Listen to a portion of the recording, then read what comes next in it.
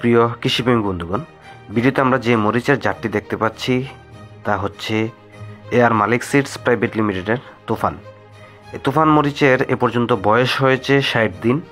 এই 60 দিন বয়সের মধ্যে এ পর্যন্ত মরিচ সংগ্রহ করেছে একবার, অলরেডি আরেকবার মরিচ সংগ্রহ করার উপযুক্ত হয়ে গেছে।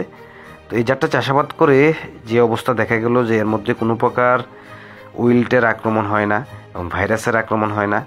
আর মরিচের সবচাইতে বড় চ্যালেঞ্জিং হচ্ছে এটাই যে চারা লাগানোর পরে মরিচে ফুল আসার আগ মুহূর্তে গাছ প্রচুর মারা যায়, মরিচ ধরার উপযুক্ত হলে পাতা কুকড়িয়ে যায়। তো বাজারে যতগুলো জাত আছে এর মধ্যে এআর মালিক সিডস প্রাইভেট লিমিটেডের বিজলি প্লাস 2020, বিজলি, তুফান এই জাতগুলো উল্লেখযোগ্য।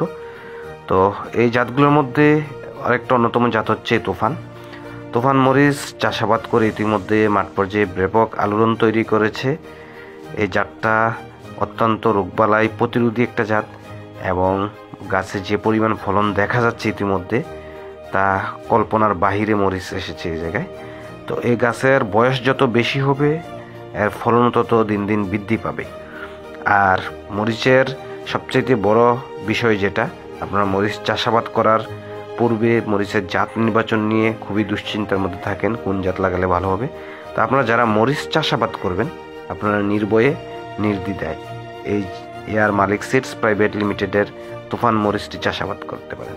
এই মরিচ চাষাবাদ করলে আপনাদের পেস্টিসাইডের যে কস্টিংটা হয়, কস্টিং টোটালি কমে যাবে এবং ফলন অন্যান্য মরিচের চেয়ে শতকরা 30 ভাগ ফলন বেশি পাবেন এবং গাছের মধ্যে রোগ প্রতিরোধ ক্ষমতাও বেশি পাবেন। আর এই মরিচ লাগানোর পরে নিঃসন্দেহে আপনারা ইনশাল্লাহ লাভবান হবেন। তো যারা মরিচ চাষাবাদের জন্য মরিচের জাত নির্বাচন নিয়ে দুশ্চিন্তা আছেন, আজই যোগাযোগ করুন। আপনার